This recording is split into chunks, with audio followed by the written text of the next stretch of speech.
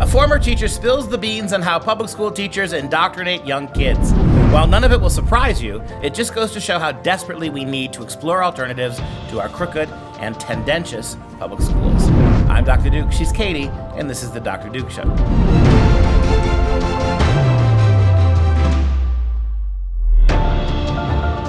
Hello, everyone, and welcome to The Dr. Duke Show, the only program that keeps you educated on the craziness impacting K-12 classrooms and college campuses around the world. Today, we start with an acknowledgment by a former teacher who reveals just how much the leftist indoctrination and propaganda has taken over in his classrooms. And like I said, I don't think when you stop and think about this, anybody's going to be surprised by this. The subtle ways that teachers bully, the assumptions. I've taught at universities for 27 years.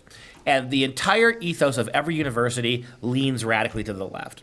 So what you and I would consider outrageous statements of leftist indoctrination, they see it as normal statements of reality because there's almost nobody there to challenge them. Nevertheless, it's always good to hear from a teacher, a former teacher, when they're willing to speak out about this. So the article was written by Douglas Blair, as you said. Even it says right there in his headline, I'm a former teacher. He now works for the Heritage Foundation. So he wrote this article called I'm a Former Teacher. Here's how your children are getting indoctrinated by leftist ideology. And if that right there, that headline just doesn't trigger, I need to read this by mom and dad, they're clearly not paying attention, nor do they care. But here's his lead. Your children are being indoctrinated. The education system designed to teach them how to think critically has been weaponized by the radical left to push an anti-American agenda. You could speak to that for days. I've done it for years. Okay. Again, it makes me almost blush. This is not new. But you said, if mom and dad, if you say this headline and do nothing, well, that's where we are right now. We're in this mess because it's too much comfort. It's too comfortable, much more inexpensive to send our kids to these public schools. The same people who are censoring, the big tech companies that are censoring us now, they're doing it because they know we have no options. They can censor us because what are you going to do? Go ahead. Stop using liberal-run social media. In other words, quit the formats altogether. Same thing but in the public schools, you have alternatives. You just got to pay for them. Oh, man. And their work. Private school, public homeschooling. They're wonderful ways to give your kids a balanced education, give them an ideological fair play, level playing field, but you got to pay extra money for them. I don't want to do any of that. We'd rather spend 6 weeks in Florida every summer. Exactly. That's a better thing for our kids, right? Than to know how to read and write, to be able to survive in college, to have the skills and the ability not to want to tear down their country. That takes second place to make sure we get them the latest iPhone. That's much more important. Well, that's more important because that's like what's the hip, what's the now. You can't go back to that thing where they just like read books. No, you can't. You can't just these things with paper and you get cuts. So we got to spend our money to the people who are destroying our families. Exactly. And that's what we're doing. We are contributing to this. We are literally sending our kids, involving ourselves with the tech and the social media. We're so greedy and desperate for their products.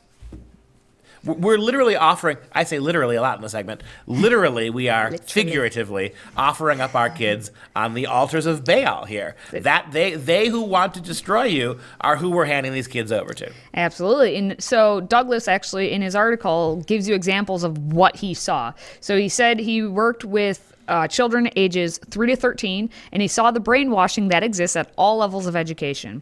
And they're using a combination of propaganda and suppression to push the kids into the ensnaring grip of socialism and anti-patriotism. But it's just easy for mom and dad to push them that way, too, to let the teachers then push them even more. So it's what to do. Here's an example, he said. I was helping one of my elementary school students with a homework assignment about listing famous British people throughout history. She already had some of the more obvious ones like Shakespeare, Princess Diana, Queen Elizabeth. What about Winston Churchill, I recommended. Oh, no, not him, the teacher replied. He was a racist and didn't think women should have rights. He wasn't a good guy. I was floored. It clearly wasn't something she came up with on her own. She was just regurgitating propaganda her teacher had taught her. All sense of nuance and critical thinking about the man who saved Europe from the Nazis had been removed in my child, and all that remained was what? Hatred for Winston Churchill because he was a big white guy chomping on a cigar. Churchill committed wrongthink, so in the bin he goes.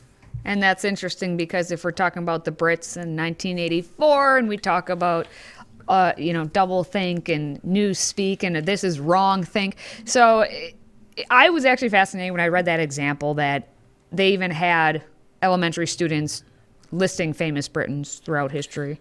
But either way, they did. But the fact that the girl knew right away to say, oh, no, Winston, she was triggered, basically. Winston Churchill, no, can't. He's wrong. Bad guy. And as Douglas said, she couldn't have come up with something on her own. She's an elementary student. What do they know about Winston Churchill at all?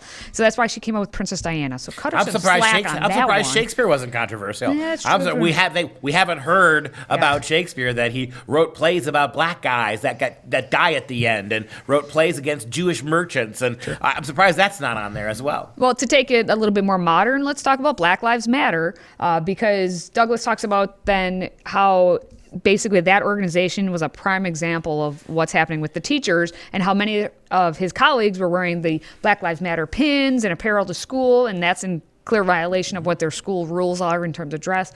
But you're not allowed to, dress in anything maybe with a cross or anything else. But Black Lives Matter, so you can go along with that political narrative. And this is one of the main points about all these stories we're doing today. They all have a similar theme here.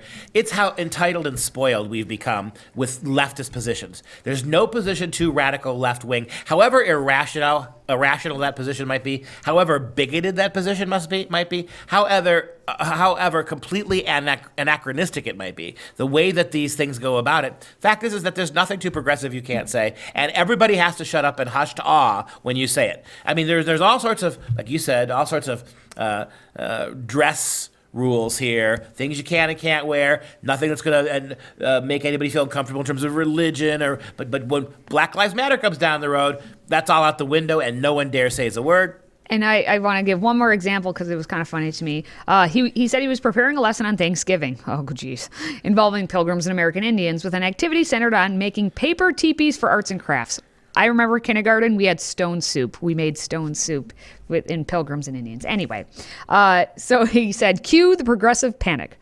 Other teachers at the school were incensed that a non-Indian was appropriating Native American culture for an activity, Elizabeth Warren. Of course, these teachers weren't Indians either. They just wanted to virtue signal. The whole thing culminated in a hilarious incident where my colleagues tracked down the one teacher on staff who was 1/64th Native American and asked her if it was cultural appropriation. In her esteemed authority, it most certainly was. The school administrators pulled me aside and promptly nixed the project. That's where we're at. It's funny to us, but this is just like, well, of course that's what we had to do. We had to track down the one person to find if it was cultural appropriation. This is like their reality every day. Why isn't there a hotline? 1-800-Native American dude. And some guy who's 100%, instead of numbers, they will make it authentic. Smoke signals. Right? Why can't you just smoke signal somebody on the phone and say, hey, 100% Native American dude, am I allowed to say this? Because you're going 160. I realize 1/64th is a lot more Indian than Elizabeth Warren has, right? Nevertheless, so if I've got 2500th Native African American blood in my system here, that means I'm still the blackest guy in the room. So I get street cred all of a sudden?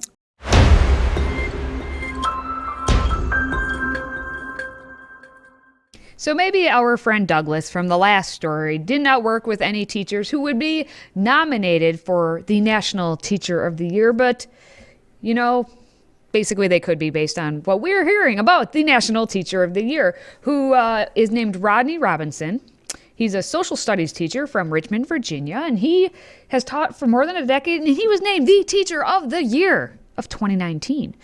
And then, of course, he decided, I'm Teacher of the Year. I'm just going to call for violence against Senate Majority Leader, at least for now, Mitch McConnell. Yes, why not? Because who are Mitch McConnell's neighbors? I'm just saying Rand Paul's neighbor did what a true Kentucky hero should do. It's your turn to step up. Now, if you don't know what the heck we're talking about, basically, the Rand Paul situation, his neighbor beat him up severely, punctured a lung to the point of is he going to make it? For no other reason than being a Republican lawmaker. Yeah, pretty much all that. And so for some reason, Rodney Robinson decided that he wants that for Mitch McConnell, and he they're like the ones who vandalized Mitch McConnell's house should have like done what happened to Rand Paul in Kentucky, because they're both in Kentucky. What the heck? Go back to Rodney's picture, and there's Rodney with a complete lack of diversity behind him. All sorts of images of Michelle and Barack Obama. That's the background for Rodney. And so, again, I'm pretty sure if I was named Teacher of the Year, never going to happen, and I had a picture of a bunch of white people behind me, laugh at that? I'm pretty sure they would have edited that out and be in the name of white privilege. But here's the real privilege Rodney has. Being black, Rodney gets to say, he gets to wish violence on Republicans, and nothing happens. Isn't that wonderful? I mean, if he were saying this on Parler as a black man, he wouldn't be censored. On Facebook, if as a black man he were to say that, he wouldn't be censored. Now, if I said something along the lines of, so I wish somebody would pull a Rand Paul on Barack Obama, not only would I be banned on all those platforms, I'm pretty sure they'd have taken away my Teacher of the Year award. If you're still able to watch us, if it hasn't been censored yet, stay with us. So here's what happened. The response then came from Rand Paul's wife, Kelly, who decided with her own tweet to say, "I am so disgusted by this, I have no words. The 2019 National Teacher of the Year is celebrating the violent assault on my husband that resulted in 6 broken ribs and part of his lung being removed. This hateful thug is calling for more violence on Senator McConnell." Now, see, let me deconstruct this. Let me play Rodney here, because, okay, y'all, I got to tell y'all, you see the way she calls me a thug, y'all? That right there is her plantation mentality right there. That's the kind of thing we got to teach our kids in the schools. Blonde-haired, blue-eyed white women like that are demons, especially when they get around African-American men. We have got, OJ was right. We got to be very careful how we handle this here. Now, I want you to see in this tweet how she racializes me in this, right? How she turns me into nothing more than a thug. I think she should be banned for that. What do you think? I think your accent is just tweaking. Lurching more south. It is. Well, you get the point, right? What would happen Kentucky. if Rodney was attacked that way? Exactly. So, well, here's what did happen. Robinson deleted the tweet, but then he tried to justify himself. Of course he did. Remember, he's a Teacher of the Year who teaches children. There he is. Look at him. He's a social studies teacher. But alas, he tried to justify himself and play the victim, of course. Yes, he did. He said, "I made a Mitch McConnell joke today, and the conservative bots are real angry." It's funny because the joke was made early today, and no one said a thing until I promoted black medical awareness. Oh, see. Oh, Yeah, okay, sure. Blacks being aware of medicine brought out the old nastiness. Yeah, so he was called out, as we see, and then he did give an actual apology. I put it in air quotes. I'm not sure he actually apologized, but it was better than saying it was a joke. He claimed he didn't know how bad Paul's injuries actually had been because he's a National Social Studies Teacher of the Year. He can't read. But Richmond Public School System said they didn't condone any violence of any kind, but nothing because he's Teacher of the Year, so you can't really do anything. I mean, to have the Teacher of the Year work for you, I mean, you can't Teacher of the Year has no bearing on whether he was punished or not. It was melanin. MEL spells melanin. So, just to give you a couple more facts about our lovely 2019 Teacher of the Year, CBS News had reported that Robinson teaches social studies and history at Virgie Binford Education Center, a school inside the Richmond Juvenile Detention Center. His lessons focus on helping his students become socially conscious citizens who make the most out of their second chance. So kids who are in trouble because they're lawless and in prison at their age are going to be a steady diet of Rodney about how bad the man is, right? Mm-hmm. That's going to go really well. And then, and then as CNN reported, in honoring him in 2019, the Council of Chief State School Officers explained about Robinson in a statement that he creates a positive school culture by empowering his students, many of whom have experienced trauma, to become civically minded social advocates who use their skills and voices to affect physical and policy changes at their school and in their communities. And empowerment means, in this instance, rooting for violence against people who disagree with you, pretty much.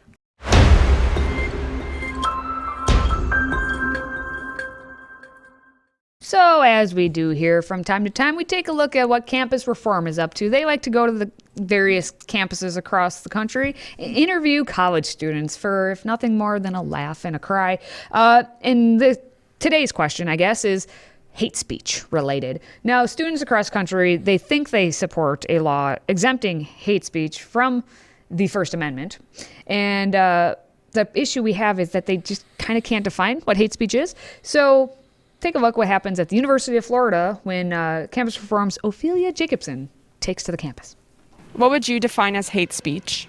I guess like any speech that's like directed at like anyone that's like either like derogatory or like hateful, I guess. If they feel hated upon, I would characterize that as hate speech. Words that are directed towards people that are like not nice. A recent Gallup survey actually showed that a majority of college students would be okay with their colleges creating hate speech laws and kind of prohibiting hate speech on campus. What do you guys think of this? Should colleges have that role? I think it would be good. I think it'd be helpful. Yeah, it would definitely help like in campus life. I think so, just because colleges have such a big role on, raising the next generation and stuff like that.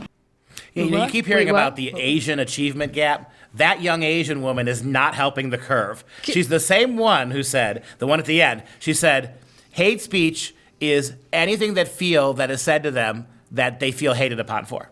So out of that whole clip, I got that hate speech is hate.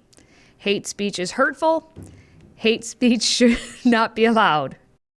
Yeah, okay. Because of the role colleges have to play in raising children. That's the kicker at the end. Listen to it one more time. The girl says colleges have such a big role in raising the next generation.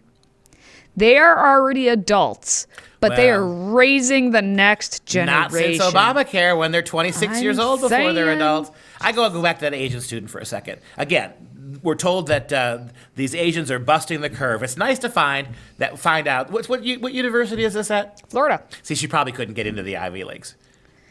See, I'm just judging them all as being ignorant students. I want to take her ignorance because it was shocking, right? That anything Shocking people all. feel that they're hated on for, Feelings. they will transfer that is transferable into hate speech. Anything that makes me feel hated on Feelings. means that I have been hate speeched. And, raising kids. We got to block out speech that makes anybody feel that they're being hated on. And you can see, in a climate like this, how could you possibly do comedy? In a climate like this, how could you, in any meaningful way, have serious discussions about actual history? How can you talk about the encounters of different peoples? You can't. All you got to do is just take it from the perspective of the most aggrieved person in the room and let them say whatever they want, and the rest of us just nod and smile eagerly. And then that will make the other person aggrieved, and then you got to bow to that person who will then make that person, and it never ends. And with all due There's respect, nothing. why is it again an entire interview full of women? Where were the men?